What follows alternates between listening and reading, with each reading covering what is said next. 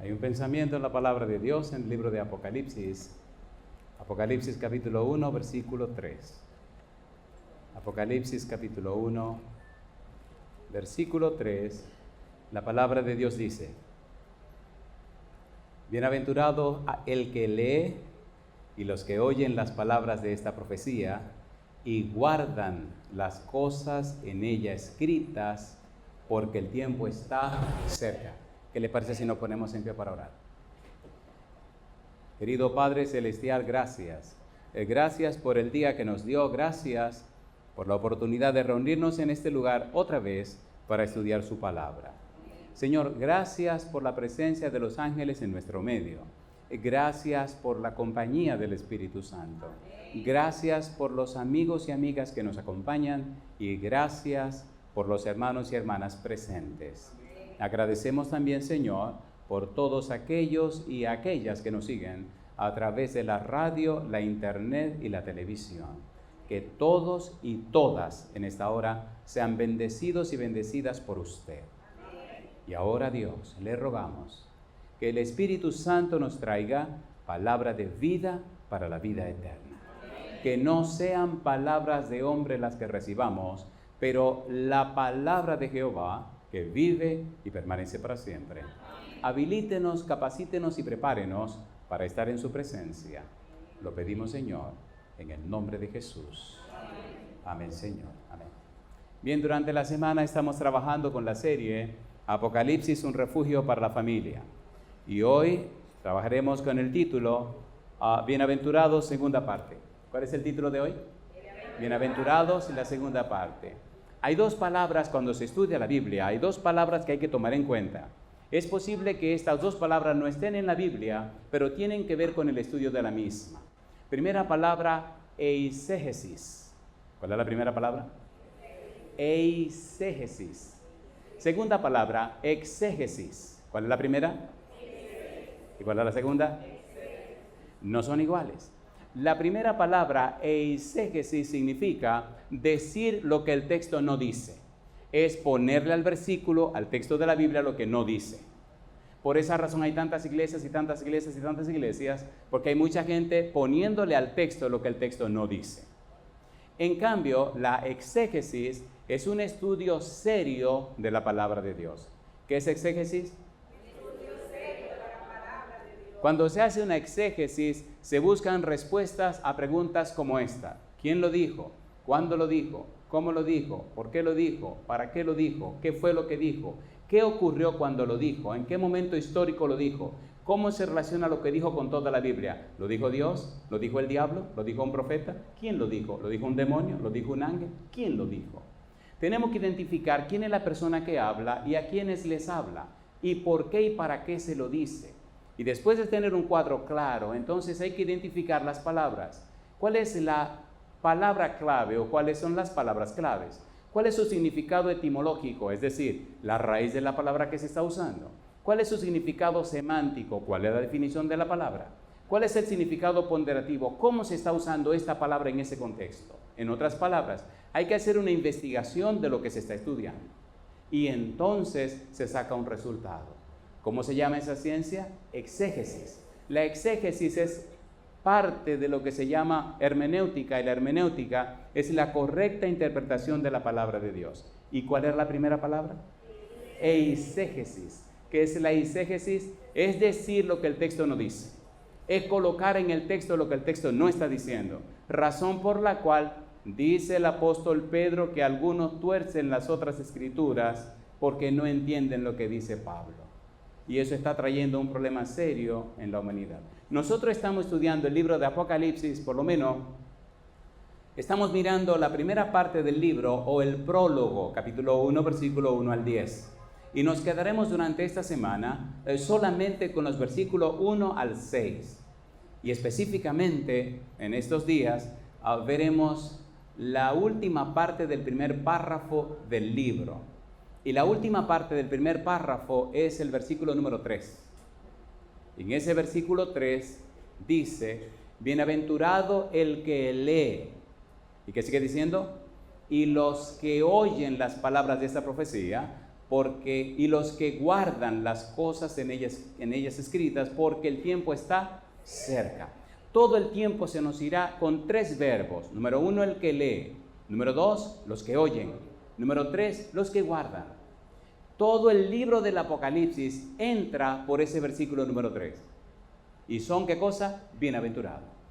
Cuando estudiamos o repasamos el tema de ayer, vimos que en el Antiguo Testamento se habla de bienaventurados y en el Nuevo Testamento también. En el Antiguo Testamento notamos que un bienaventurado es una persona bendecida de Dios. Algunos lo traducen como feliz, como dichoso, como afortunado. Y entonces vemos que la clave de ser bienaventurado, de ser bendito, es estar conectados con Dios. Es Dios que nos bendice. Es Dios que hace en nosotros y por nosotros lo que no podemos hacer por nosotros mismos. La palabra bienaventurados es tan importante y tan trascendente que cuando el Señor Jesús comienza su ministerio, la usa 8 veces en el Evangelio según San Mateo. ¿Recuerdan que lo estudiamos ayer? San Mateo capítulo 5, versículo 3 hasta el 12, nos presenta a Cristo hablando de 8 bienaventuranzas. Jesús anuncia los perfiles de los que son miembros de su reino y también dice que esos perfiles son el resultado de lo que Dios ha hecho en la vida de ellos. En otras palabras, todo depende de quién, de Dios. ¿Todo viene de quién? De Dios. ¿Todo es para la gloria de quién? De Dios. El problema humano es haberle creído a Satanás. El Señor Jesús dijo, sin mí, Pablo dijo, todo lo puedo en Cristo. Y Pablo dijo también en Filipenses 2:13, porque Dios es el que en vosotros produce, así el querer como el hacer por su buena voluntad. Todo depende de Dios. No importa dónde estés, ni cuál sea la circunstancia de tu vida, Dios es todopoderoso. Para Dios nada es imposible. Por eso necesitamos trabajar con esta palabra, bienaventurado el que lee. Y pudiéramos decir así, bienaventurado el que lee. Número 1, bienaventurados los que oyen las palabras de esta profecía. Bienaventurados los que guardan. La primera, singular. Las 2 siguientes, en plural. Necesitamos todo el tiempo de esta ocasión para ver esos 3 verbos y verlo en su dimensión. Mire, es tan interesante el libro del Apocalipsis que es ya la parte final de la Biblia y donde se resume toda la Biblia. Pero de Apocalipsis, este versículo es la llave para abrirlo todo. ¿Se entiende o no se entiende? ¿Se entiende o no se entiende? Lo de hoy es hermoso, pero lo de mañana es más hermoso. Porque hoy usted comprenderá el valor de las palabras, el significado de las frases, pero mañana usted puede ser el protagonista de la frase. Usted puede ser objeto de la bendición de Dios al aceptar lo que la frase dice. Mire otra vez el versículo número 3. Bienaventurado ¿quién? Número 1, el que lee. Número 2, los que oyen. ¿Qué cosa oyen? Las palabras de esta profecía. Y número 3, y guardan las cosas en ellas escritas, porque el tiempo está ¿cómo? Cerca. Hay una persona que lee, hay personas que oyen y hay personas que aceptan y guardan. Ahí está lo interesante. El libro de Apocalipsis no es solo una revelación, no es solo que se revela un secreto, sino que es una profecía. ¿No lo dice el versículo 3? A ver, ¿lo dice o no lo dice? Está diciendo que Dios conoce el futuro y está revelando el futuro. Está diciendo que Dios mismo se involucra en el libro con las personas que aceptan esa declaración. Bienaventurado el que lee, ¿qué cosa? Esta profecía. Bienaventurados los que oyen, ¿qué cosa? Esta profecía. Y bienaventurados los que guardan, ¿qué cosa? Esta profecía. En otras palabras, si usted le cree a Dios y toma el libro, si usted cree en Dios y acepta el libro, lo integra a su vida, usted es un bienaventurado. Yo digo, alabado es el nombre de Dios. Qué lindo cuando en casa se reúne papá, mamá y los hijos, y papá lee la Biblia, y los hijos y mamá escuchan, oyen y aceptan y guardan las cosas escritas en la palabra de Dios. ¿Es hermoso o no es hermoso? A ver, ¿es hermoso o no es hermoso? En casa tenemos 3 hijos, un varón, 2 damas. Y agradezco a Dios porque hay un matinal. ¿Saben lo que es un matinal? ¿Conocen una lectura matinal? Bueno, el matinal es un librito que tiene una lectura para cada día del año. En la iglesia nuestra tenemos una cantidad inmensa de matinales, pero muchos matinales diferentes. Sin embargo, en mi casa solo se ha leído un matinal toda la vida. No he salido buen comprador de matinales, ¿no? No. Se llama La maravillosa gracia de Dios. ¿Cómo se llama? Si usted quiere tener una experiencia gloriosa, yo no vendo libros, no estoy vendiendo libros, ¿eh? Es más, se lo puede bajar gratis en el internet. Puede entrar a la internet y poner La maravillosa gracia de Dios, PDF o PDF, y olvídese que usted lo va a conseguir gratis. No estoy vendiendo libros. Pero si usted lee ese matinal, lo tiene que volver a leer otra vez. Y lo tiene que leer otra vez. Y lo tiene que leer 28 años, una y otra vez. No he dicho nada. Así que lo tiene que leer por siempre, porque todo depende de la gracia de Dios. ¿Es hermoso Dios? ¿Es hermoso Dios o no es hermoso Dios? Sí. Cuando uno conoce a Dios, la vida se llena de gozo y de paz. A Dios le gusta darse a conocer y le gusta que lo conozcamos porque en Él hay gozo, en Él hay solaz. Dios es la fuente de todo bien. Y no hay nada que le llene de más gozo que el hecho de que sus hijos le conozcan. Dios es hermoso. Apocalipsis capítulo 1, versículo 3. Vamos a trabajar, que hay mucho que decir y aquí el tiempo corre muy aprisa. Número 1, el que lee. Número 2, los que oyen las palabras de esta profecía. Número 3, los que guardan las cosas en ella escritas. Y número 4, porque el tiempo está ¿cómo? Cerca. Escuche estos párrafos, por favor, ponga cuidado.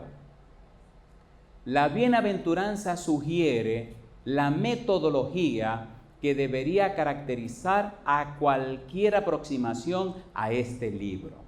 El versículo tiene 3 verbos: leer, oír, guardar. ¿Cuál es el método para estudiar Apocalipsis? Leer, oír, guardar. ¿Cuál es el método? Leer, oír, guardar. Leer. ¿Recuerdan ustedes que hablamos aquí de Nehemías 8:8 y hablamos del método de trabajo que vamos a utilizar esta semana? Bueno, de acuerdo. ¿Recuerdan que hablamos en el libro de Nehemías que el método de estudiar la Biblia, de presentarla, tiene que ser bíblico, gramático, descriptivo? ¿Se acuerdan o no se acuerdan? ¿Se acuerdan o no se acuerdan? En Nehemías 8:8 dice que leían la ley de Dios claramente y dice que le ponían el sentido y añade de modo que entendiesen la lectura. 3 cosas. Número 1, leer ¿cómo? Claramente. Número 2, ponerle sentido. Y número 3, entender la lectura. Cuando usted lee Apocalipsis, tiene que leer, tiene que oír y tiene que guardar, que significa obedecer, y ya lo veremos. Si usted aprende el concepto, la palabra de Dios, y no la aplica a su vida, entonces imagine usted. ¿Tiene sentido? Si usted no aplica lo que aprende, entonces no tiene sentido. ¿Sí o no? Si usted está enfermo y le dan el medicamento y no se lo toma, ¿tiene sentido? No tiene sentido. Usted hasta se puede morir, compadre. Así que la medicina es Cristo Jesús, tómesela. Amén. Hay que comer la carne y beber la sangre del Hijo de Dios, que es llenarse de su palabra. Amén. ¿Es lindo o no es lindo eso? Amén. ¿Es lindo o no es lindo? Amén. Número 1, bienaventurado el que lee. Ponga cuidado, ponga mucho cuidado. Yo estoy muy emocionado con este estudio porque es la puerta que me permitirá entrar a lo que será el tema de mañana, que es el pacto. ¿Le gustaría a usted hacer un pacto con Dios donde Dios se comprometa a hacer en usted y por usted lo que usted no puede hacer por usted? A ver, ¿le gustaría o no le gustaría? ¿Es Dios capaz? ¿Dios es todopoderoso? ¿Cumple sus promesas? ¿Es Dios fiel? Entonces, ¿por qué hay tantos cristianos hechos leña? A ver, ¿qué pasa con estos cristianos que están hechos leña? ¿Se entiende hecho leña? Pues entonces esa frase de aquí. ¿Se entiende lo que es hecho leña? A ver si no. Hay otros lugares que no entienden esa frase, hay que buscar un símil o una manera que se parezca. ¿Verdad que hay cristianos que se ven que da pena? Entonces, ¿qué pasó con Dios? No, con Dios no pasó nada. ¿Qué está pasando con esa gente? ¿Son fieles y verdaderas las promesas de Dios? Cuando Él dice bienaventurado, eso es lo que está diciendo. Eso es lo que quiere decir y eso es lo que significa. Bendecido, afortunado, dichoso. Es una persona que recibe de Dios la manera clara donde Dios suple sus necesidades. ¿Qué dice Romanos 8:28? Porque a los que aman a Dios, esto es, a su propósito son llamados. ¿A quiénes todas las cosas le ayudan a bien? A los que aman a Dios. Si me amáis, no olvide eso. No olvide eso. Número 1, bienaventurado el que lee. La bendición surge de una revelación, de un secreto revelado, un apocalipsis. Son bienaventurados el que lee, los que oyen y los que guardan. ¿Quién está haciendo el anuncio? Dios. ¿Quién está haciendo la declaración? Dios. ¿De quién es el compromiso? De Dios. ¿Y qué es el Apocalipsis? Es la revelación de Jesucristo que Dios le dio para manifestar a su siervo las cosas que han de suceder pronto, y las declaró enviándola por medio de su ángel a su siervo Juan. Y dice que ha dado testimonio de la palabra de Dios y del testimonio de Jesucristo y de lo que ha visto. Juan está diciendo, les estoy anunciando lo que yo he experimentado, lo que yo he visto, lo que me han revelado. El mismo Cristo vino y habló conmigo, el ángel vino y habló conmigo. Le estoy dando a ustedes y mostrándole las cosas que me fueron dadas directamente desde el cielo. ¿Es así o no es así el Apocalipsis? ¿Sí o no? Entonces Juan dice, tú eres bienaventurado si lees estas cosas. Eres bienaventurado si las oye y eres bienaventurado si las guarda. Si ni la oye, ni la lee, ni las guarda, lo contrario de bienaventurado, ¿qué será? A ver, ¿qué será? ¿Qué es lo contrario de bendito? Lo dijo usted, yo no dije esa palabra. Esa palabra es pesada. La bienaventuranza sugiere que la felicidad o la bendición implica la necesidad de una revelación. Pregunto, ¿se reveló Dios? Sí. ¿Lo reveló Dios? Sí.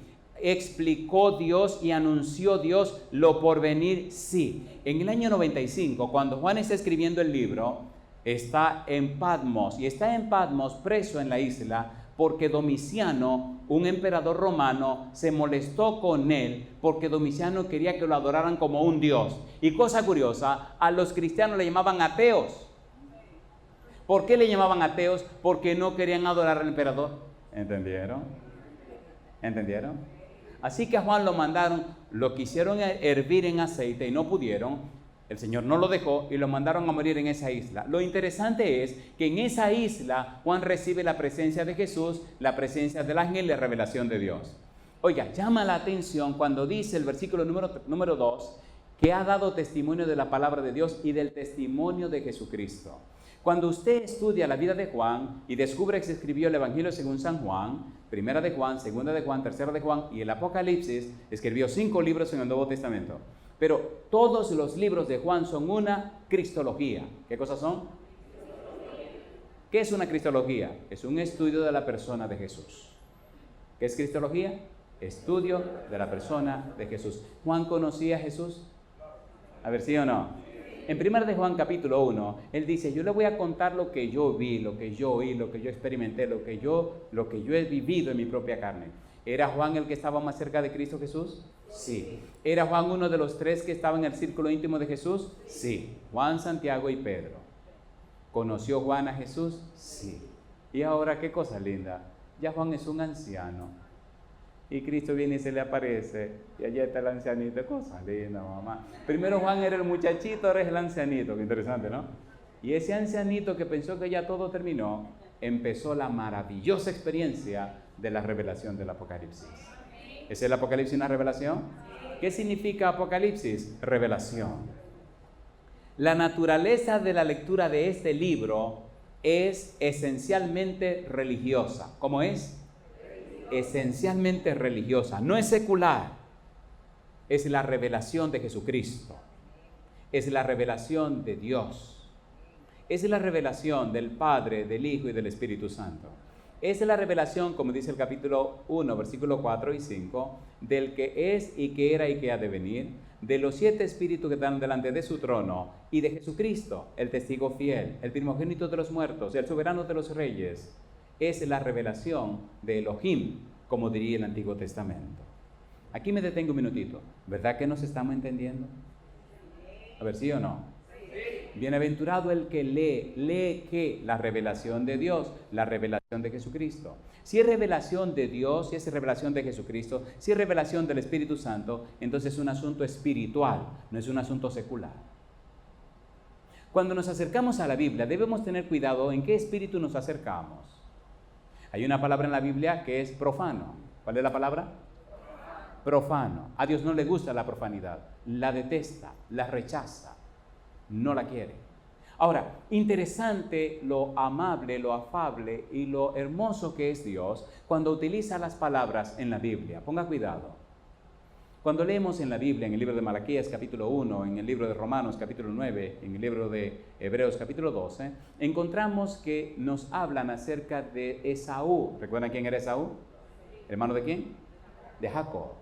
Dice la Biblia, a Jacob amé, mas a Esaú aborrecí. ¿Por qué Dios aborreció a Esaú? ¿Qué fue lo que Esaú hizo que Dios lo aborreció? ¿Y qué significa aborrecer? Nosotros tenemos la Biblia en español y alabado sea Dios. Pero es bueno que de vez en cuando usted se consiga un diccionario griego-español o hebreo-español, o por lo menos un comentario que le ayude, un comentario exegético explicativo de la Biblia, que le ayude a entender y comprender el significado de las palabras. ¿Sería interesante tenerlo o no? Hebreos capítulo 12, versículo 16, mire lo que dice. No sea que haya algún fornicario o profano como Esaú, que por una sola comida, ¿qué hizo? Vendió su primogenitura. ¿Por qué Dios aborreció a Esaú? Porque era fornicario y profano. ¿Qué es profano? Profano significa tratar las cosas sagradas sin el debido respeto. ¿Qué es profano? Tratar las cosas sagradas sin el debido respeto. Cuando usted se acerca a la Biblia, ¿debe tener qué cosa? Respeto.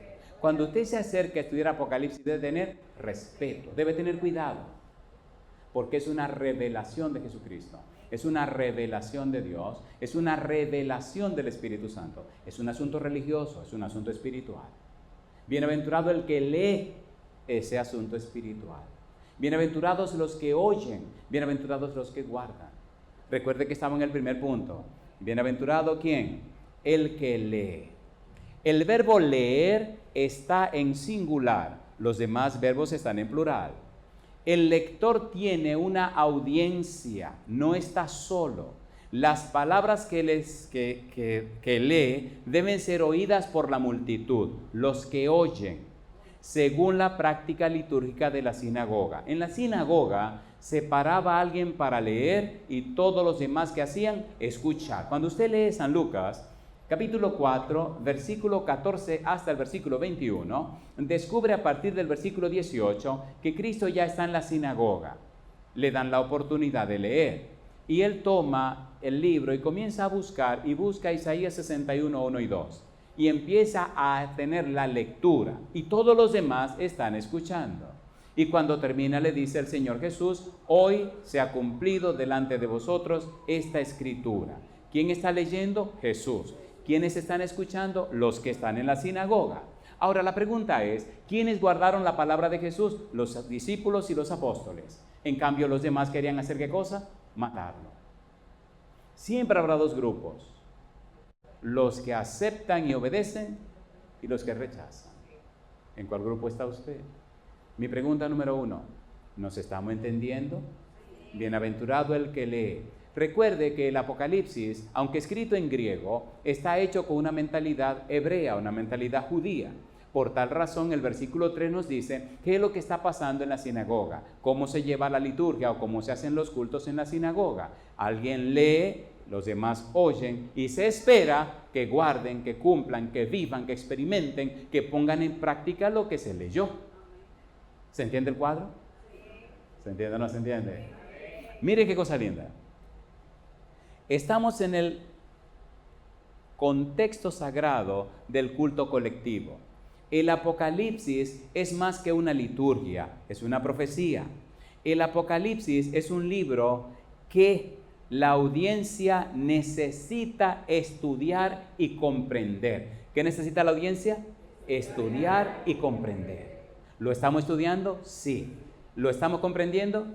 Bueno, ¿sí o no? Solamente hemos llegado al versículo número 6 o al 5 porque no podemos avanzar si no entendemos cómo entrar al libro. ¿Cómo entramos al libro? En el versículo número 3. El que lee, los que oyen y los que guardan. Si usted va a entrar al libro, asegúrese de oír, pero asegúrese de guardar las cosas que se le dicen. Guardar, como veremos en un momento, significa obedecer. ¿Qué significa guardar?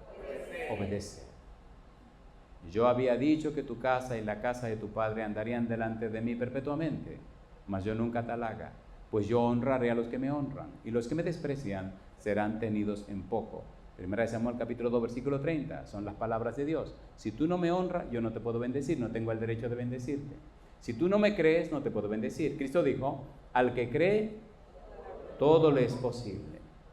Cuando Jairo vino y le dijo a Jesús que su niña estaba enferma, que fuera a la casa y le pusiera la mano, Cristo salió para la casa de Jairo. En el camino le detuvo una dama que lo tocó porque tenía flujo de sangre por 12 años. Pregunto, ¿se le paró el flujo de sangre a la dama, sí o no? Sí. Mientras Cristo se detiene y pregunta, ¿quién me ha tocado? Pedro le responde, ¿cómo que quién te ha tocado, Señor? Tú no ves que aquí todo el mundo te empuja de un lado y te empuja del otro. No, momento, le dice Jesús, momento. Yo he sentido que de mí salió poder. Y entonces la señora se le acerca y avergonzada le dice, yo fui que te toqué. Y le dice, hija, ve en paz, tu fe te ha hecho salva. No solamente te ha sanado, sino que te ha salvado. Mientras Jesús está hablando con la dama, alguien se le acerca a Jairo y le dice, mira, ya deja al maestro tranquilo que tu hija se murió. Cuando Jesús termina de decirle a la dama eso, que escucha que le están diciendo aquello a Jairo, termina con ella y le dice a Jairo, Jairo, no temas, cree solamente. Ahora, la pregunta para nosotros, y no responda rapidito porque se va a equivocar, la pregunta es, cuando una persona se muere, ¿qué se puede hacer? Ya cayeron en la trampa, me dije que no respondieran. Cuando una persona se muere, lo único que se puede hacer es resucitarla, ¿sí o no? ¿Sí o no? El hijo de la hija de la viuda de Naín, ¿murió o no murió? Le estaban sacando de la aldea en la tardecita y Cristo que va llegando, mire qué interesante, la vida viene llegando y la muerte viene saliendo. Y cuando se encontraron, se pararon. Qué cosa linda, mamá. A mí me fascina Jesús. Perdonen, a mí me encanta la Biblia, me encanta la Biblia, me encanta la Biblia. Viene la muerte victoriosa saliendo de la aldea y viene la vida victoriosa llegando a la aldea. Y cuando llegan los discípulos que les gustaba mucho la conversación, preguntaron, ¿y qué pasó aquí? ¿Qué pasó aquí? Y alguien les dijo, ay, esta pobre señora viuda que era el único hijo y se le acaba de morir, ¿y ahora qué? ¿De qué? ¿Y cómo? Eso no puede ser. Empezaron a protestar los discípulos y vinieron donde la vida y le dijeron a la vida, oye vida, dígame, la muerte se está llevando a este muchacho, el único hijo que tiene esa señora, no hay que... ¿Cómo que se lo está llevando? Sí, la muerte lo acabó. Ah, sí, sí. Oigan, si bajen esta cuestión hay que hacerlo. Cosa linda, mamá.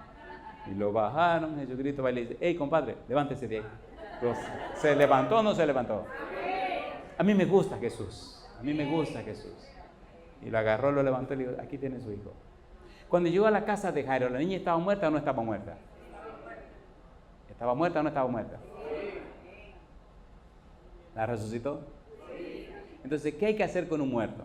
Resucitarlo. Jairo, este muchacho, Lázaro, ¿murió o no murió? ¿Cuántos días tenía muerto? ¿Estaba bien muerto? ¿Sí o no? Mire, hay implicaciones en los 4 días. No hay tiempo para explicar todo eso, pero Cristo sabía por qué esperó 4 días. ¿Lo resucitó o no lo resucitó? Entonces, ¿Cristo tiene poder para resucitar a los muertos? ¿Usted lo cree o usted no lo cree? Por eso, el Apocalipsis es como...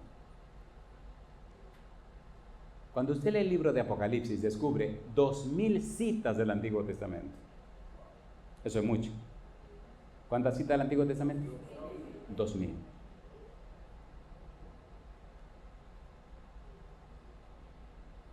El estudio del Apocalipsis se requiere esfuerzo intelectual. ¿Qué requiere? Esfuerzo intelectual. Tenemos que oír la profecía, lo que significa. ¿Qué tenemos que comprender en el contexto del pensamiento hebreo? Esto es lo que dice. Pero en el contexto del pensamiento hebreo, el pensamiento judío del Antiguo Testamento, ¿qué es lo que significa? ¿Por qué esta frase del versículo número 13? Mira lo que dice Primera de Reyes, capítulo 3, versículo 9. Vamos rapidito. Primera de Reyes, capítulo 3, versículo 9. ¿Cómo dice? Primero de Reyes, capítulo 3, versículo número 9. Recuerde que estamos con la palabra bienaventurado. ¿Qué dice Primero de Reyes 3, 9? ¿Cómo dice el versículo 9? Da pues a tu siervo corazón, ¿cómo? Entendido para juzgar a tu pueblo, ¿y qué más? Y para discernir entre lo bueno y lo malo, porque ¿quién podrá gobernar tu pueblo tan grande? ¿Qué está pidiendo aquí el rey? ¿Que le dé qué cosa? Dame una mente entendida. Habilita mi mente para yo discernir entre lo bueno y lo malo, para tener una conciencia clara. Mi pregunta, ¿podemos ir a donde Dios para que nos aclare la mente, sí o no? ¿Podemos ir a donde Dios para recibir sabiduría, sí o no? Me gusta el libro de Santiago, una cita que aprendí cuando era un adolescente y que me ayudó bastante y me ayuda hasta el día de hoy todavía. ¿Qué dice Santiago capítulo 1, versículo 5? ¿Cómo dice Santiago 1, 5?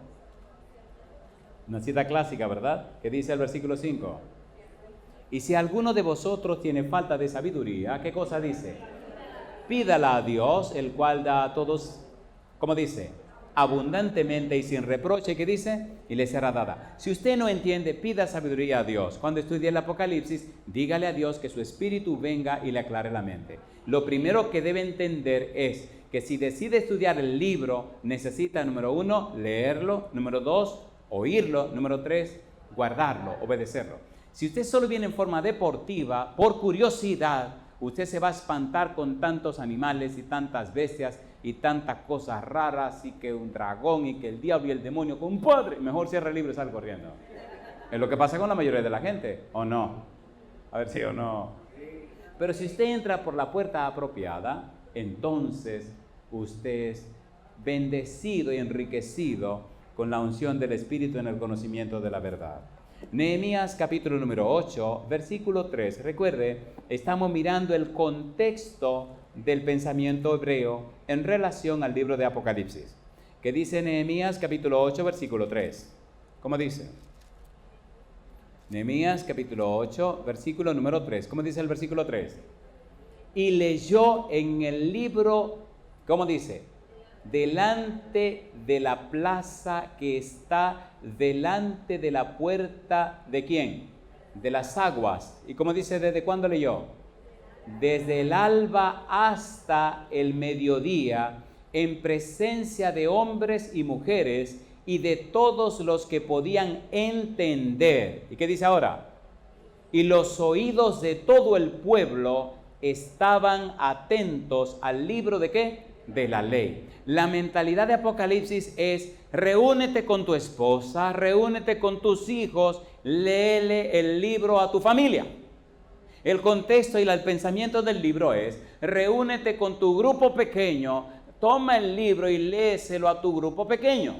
El contexto del libro es: reúne a tu iglesia, toma el libro y léelo a tu iglesia. Y si lo hace, entonces yo los voy a bendecir. ¿Es hermoso o no es hermoso? ¿Es hermoso o no es hermoso?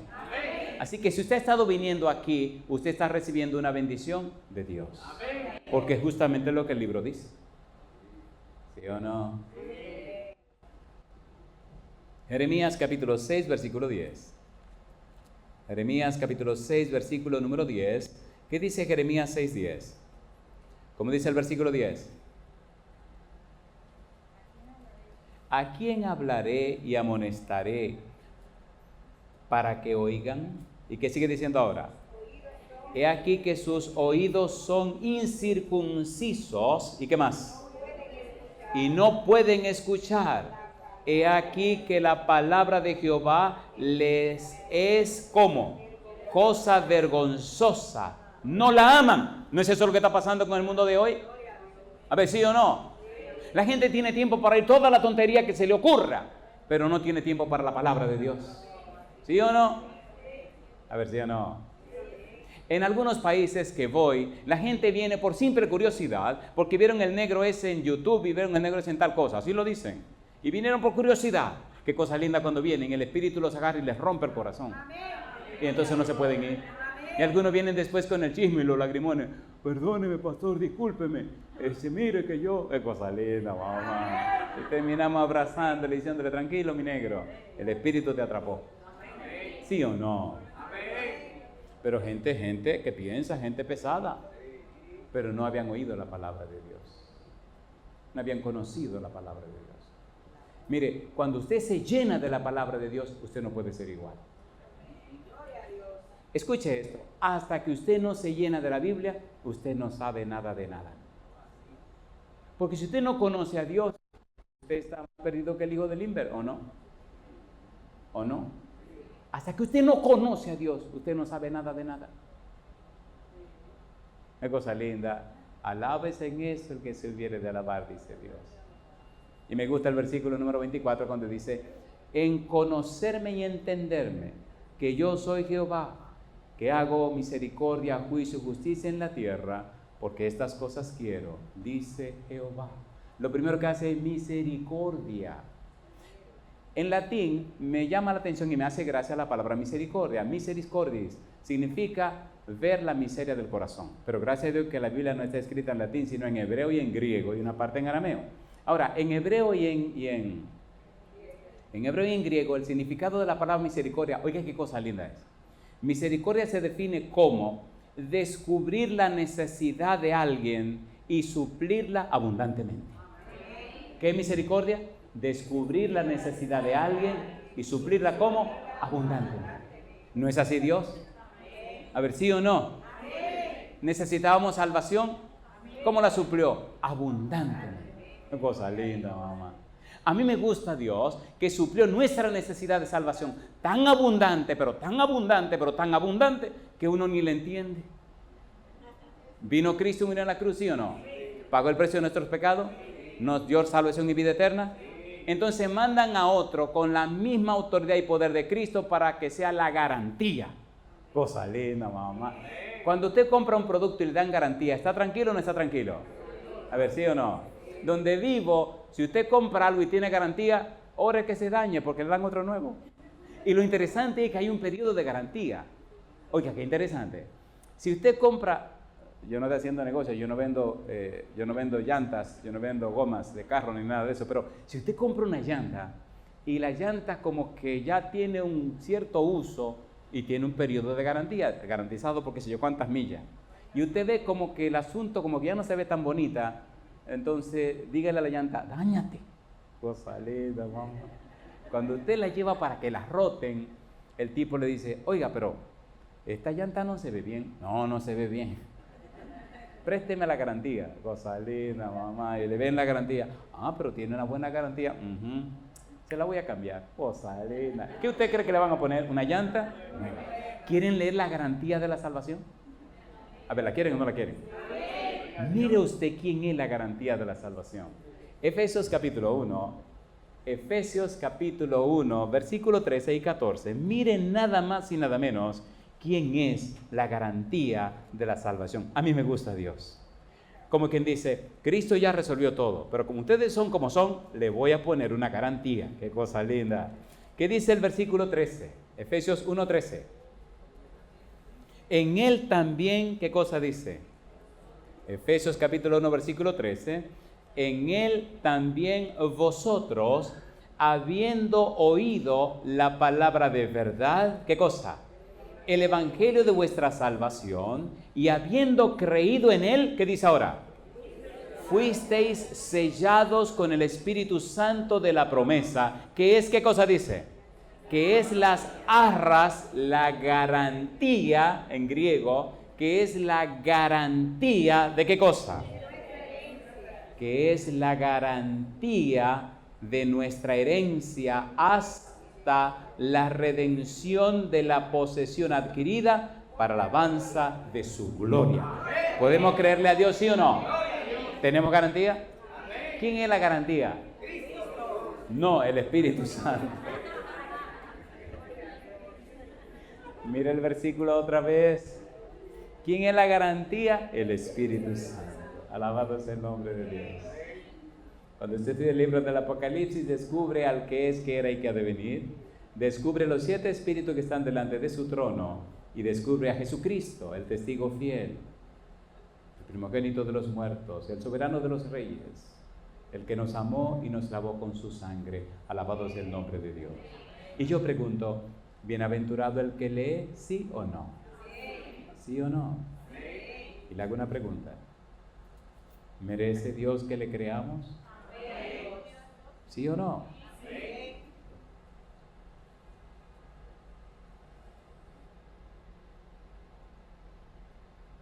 Bien, veamos la segunda parte. Son 3 partes y pienso que nos vamos a tener que dar la segunda. Una pregunta, ¿es linda la Biblia o no es linda la Biblia? ¿Es linda o no es linda? A mí me gusta la Biblia porque no es palabra de hombre, es la palabra de Dios. Y me gusta porque el que se compromete en la Biblia es Dios. Y cuando la predico no tengo ningún susto porque no estoy hablando mi palabra, sino la palabra de Él. Y sé que Dios no miente. Y si usted le cree a Dios, Dios hace maravilla en su vida. Y si la maravilla no viene, una vez me escribe una persona de un país, protestando. Yo he creído, cosa linda, mamá. ¿Y por qué no ha pasado nada? Cosa linda. Y resulta que después voy a ese país y nos encontramos. Le digo, siéntate ahí. Tú dices que has creído. Sí. Entonces Dios es un mentiroso. No. Entonces miente Dios. No. Pero tú me estás diciendo que Dios miente. Porque yo no estoy predicando la palabra del pastor fulano de tal. Yo estoy predicando la palabra de Dios. Y Dios dice, mi palabra no volverá a mí vacía, sino que hará todo aquello para lo cual yo le envié. Y dice Hebreos capítulo 11, versículo 6. ¿Qué cosa dice Hebreos 11, 6? Pero sin fe, porque el que a Dios se acerca es necesario que crea que Él existe y es galardonador de los que le buscan. ¿Qué dice Romanos 10, 17? Así que la fe es por el oír. Entonces, a ver, vamos a ponernos claro. Tú me estás diciendo una cosa y la Biblia me está diciendo la otra. Empezó a llorar. Yo le pregunto a ustedes, ¿es esto palabra de Dios? Amén. ¿Sí o no? ¿La conducta de Dios ratifica que esto es verdad? A ver, ¿sí o no? Cuando Adán y Eva pecaron, ¿quién vino donde Adán y Eva? Dios. ¿Quién hizo un juicio investigador? Dios. ¿Quién le puso nombre al pecado? Dios. ¿Quién se comprometió a dar su vida para pagar el precio del pecado? Dios. ¿Vino Dios a la tierra y pagó el precio del pecado? ¿Sí o no? Entonces, si Dios hizo lo peor, ¿cómo no va a ser esa bobería que nosotros necesitamos? Entonces, revisemos a ver cómo es que andamos. ¿Sí o no? ¿Sí o no? Número 2, bienaventurados los que oyen las palabras de esta profecía.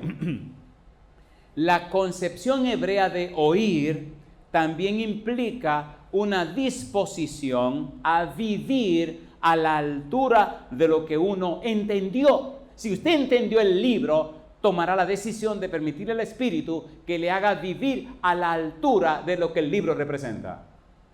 ¿Se entendió o no se entendió? Veamos un cuadro de lo que estoy diciendo, oír en el Antiguo Testamento. Deuteronomio capítulo 6, versículo 4 al 9. Vamos rapidito. Deuteronomio capítulo 6, versículo 4 al 9. Un modelo, un ejemplo en palabras de lo que debe ser el significado de oír. ¿Qué significa oír? ¿Qué significa los que oyen? Deuteronomio capítulo 6, versículo número 4 al 9. ¿Cómo dice? La Shema Israel, ¿verdad? Capítulo 6, versículo 4. ¿Qué significa oír? Desde la mentalidad hebrea, en Apocalipsis capítulo 1, versículo 3, ¿qué significa los que oyen? ¿Cuál es el valor de oír? ¿A qué se refiere? Dice el versículo número 4, oye Israel. ¿Qué cosa? Jehová nuestro Dios, Jehová uno es. Y ahora mire qué cosa linda dice. ¿Cómo dice el versículo siguiente? Y amarás a Jehová tu Dios de todo tu corazón y de toda tu alma y con todas tus fuerzas. Si tú escuchaste, si tú has oído, entonces entendiste y dejaste que el Espíritu morara en ti. Y ocurrió que ahora amas a Jehová. ¿Cómo dice? De todo tu corazón, con toda tu mente, con todas tus fuerzas. Y estas palabras que yo te mando hoy, ¿qué dice? Estarán sobre tu corazón y las repetirás a tus hijos. ¿Y qué más? Y hablarás de ellas estando en tu casa. ¿Y qué más? Y andando por el camino. ¿Y qué más? Y al acostarte. ¿Y qué más? Y cuando te levantes. Si es verdad que estás oyendo, si es verdad que entendiste, entonces tu vida, tu palabra, tu vida se está llenando completamente del significado de esa palabra. ¿Se entiende o no se entiende? Cuando la palabra de Dios es oída y comprendida, viene a formar parte de tu vida, viene a ser parte de ti. Bienaventurado el que lee, pero bienaventurado el que oye. Pregunto, ¿se entiende el concepto oír a la luz del pensamiento hebreo que dice Apocalipsis 1:3? ¿Sí o no? ¿Sí o no? Cuando te levantes, cuando te acuestes. Y hay algo más aquí hermoso que dice: y estas palabras que yo te mando hoy estarán sobre tu corazón y las repetirás a tus hijos y hablarás de ellas estando en tu casa. ¿Y qué dice más? Y andando por el camino. ¿Y qué más? Y al acostarte. ¿Y qué más? Y cuando te levante. ¿Y qué más? Y las atarás como una señal en tu mano y estarán como frontales. ¿Dónde? Entre tus ojos. ¿Y qué más dice? Y las escribirás en los postes de tu casa y en tus puertas. Si eres un bienaventurado, la gente notará que en tu casa está la palabra de Dios. La gente notará que en tu vida vive la palabra de Dios. La gente entenderá que en tu familia vive la palabra de Dios. Es fácil decir yo soy un cristiano, pero ¿qué está diciendo tu vida? ¿Qué está diciendo tu esposa? ¿Qué dicen tus hijos? ¿Sí o no? ¿Sí o no? Oír significa que estoy sumergido en la palabra de Dios. Y es imposible que una persona que está sumergida en la palabra de Dios se arrastre. Es fácil ser religioso, pero ser cristiano es otra historia. ¿Sí o no? A ver, ¿sí o no? En hebreo, el verbo oír, escuchar, entender, es sinónimo de los verbos guardar y obedecer. Y yo me detengo aquí porque el tiempo se acabó. Mi pregunta para usted es la siguiente: ¿le cree usted a Dios? ¿Usted cree que Dios es todopoderoso? ¿Podemos confiarle nuestros problemas a Dios? Esta noche queremos orar por un grupo especial. Quiero orar por personas que tienen problemas que no se pueden resolver, problemas que nadie lo puede resolver. A mí me gusta lanzarle los desafíos al Señor. He visto muchas veces milagros de Dios. ¿Tiene usted un problema que nadie puede resolver? Una situación que humanamente hablando no tiene solución.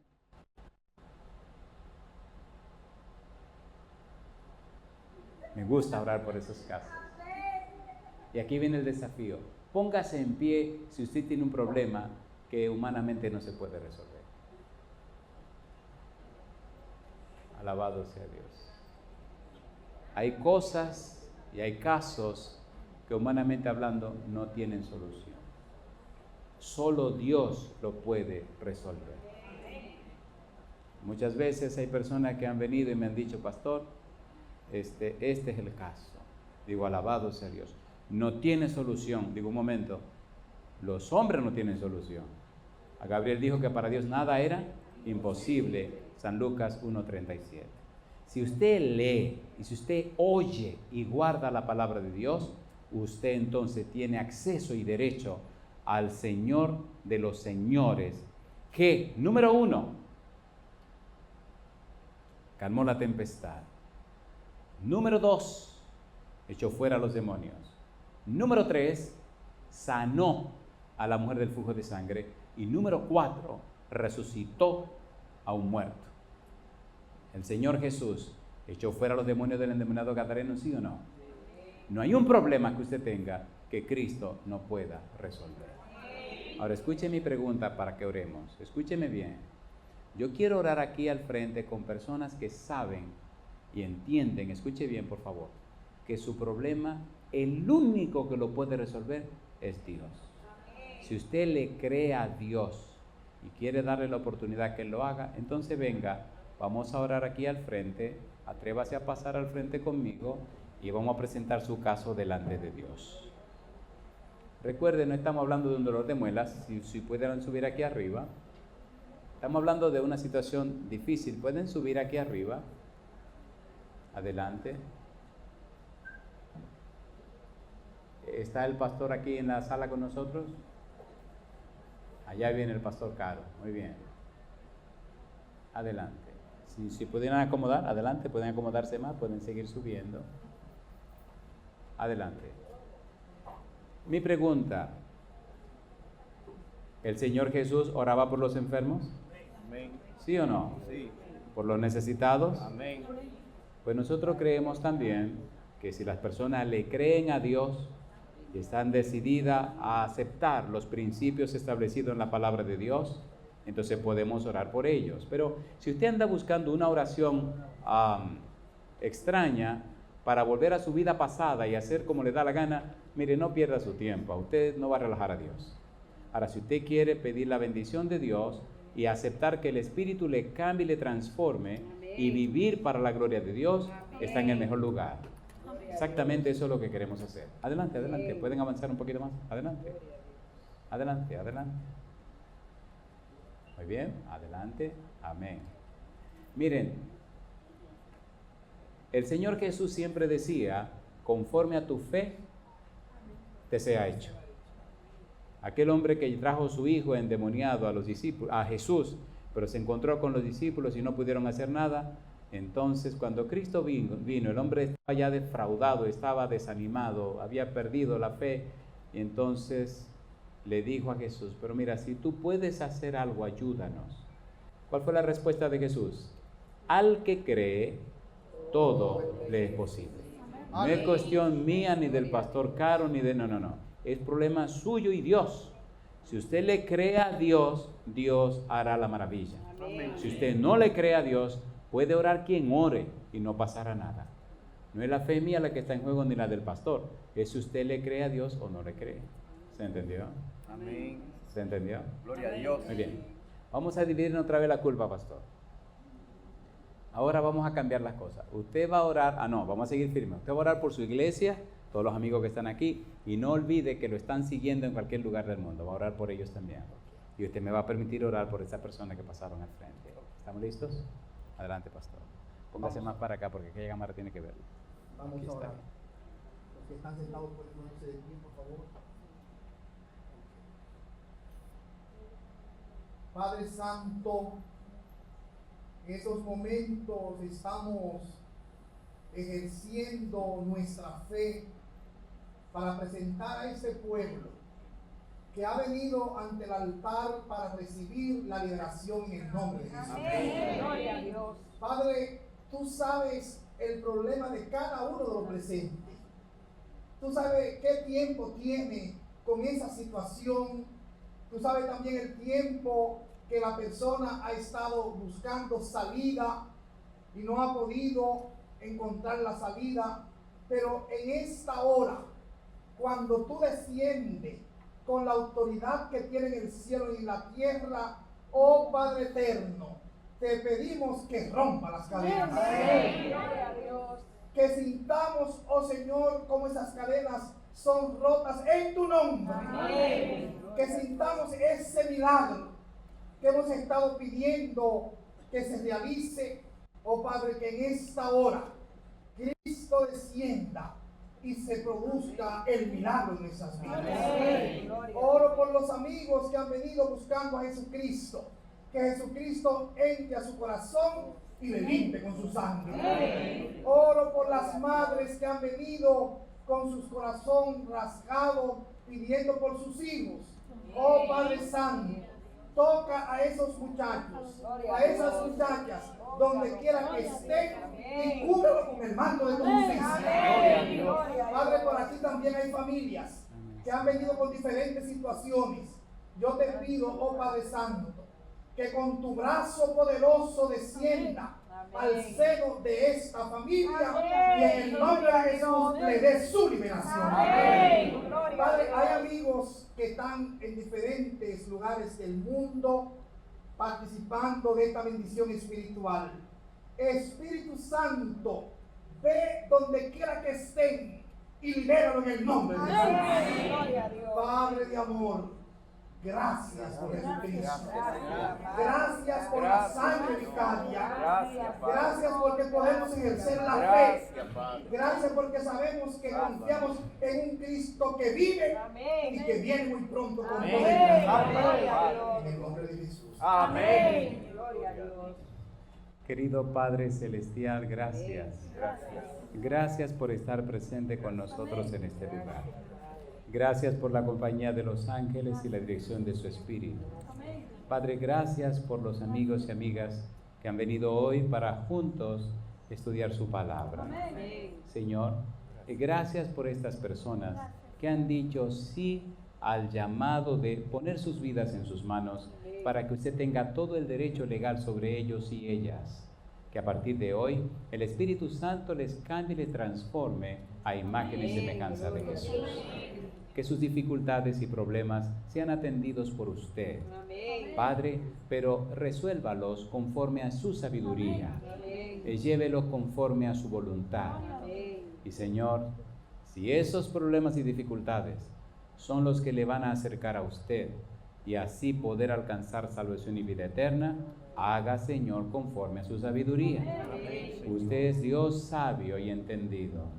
Lo que queremos, Señor, es alcanzar la salvación y la vida eterna. Gloria a Dios. Entregamos en sus manos cada persona que escuche ese mensaje en cualquier lugar de la tierra, ya sea a través de la radio, la internet o la televisión. Que su Espíritu Santo impresione nuestra vida y nos cambie y nos transforme a imagen y semejanza de Dios. Amén.